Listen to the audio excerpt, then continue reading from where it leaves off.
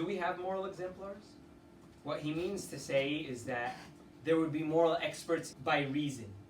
So there would be those who are able through reason alone to sort of have particular insight into the way everyone should live. And whoever has, sort of like how Kant was envisioning ethics.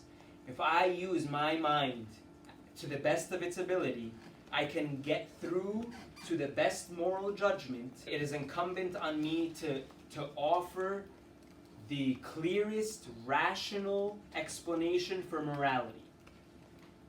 And I will be a moral expert who has more insight than anyone else, and I should be the one telling the rest of the world what to do based on my pristine rationality.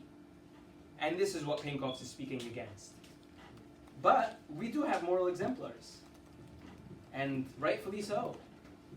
A person who has good moral character, again, will not always have the perfect decision, but we do honor, we do respect, we do confide in those who have been shaped.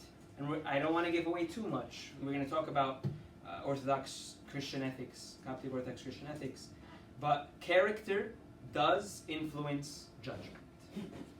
Leave it at that. And I see Abuna, even his reaction is, of course, right? But it wasn't always obvious in the West. And this is one way that we sort of jump back into the conversation.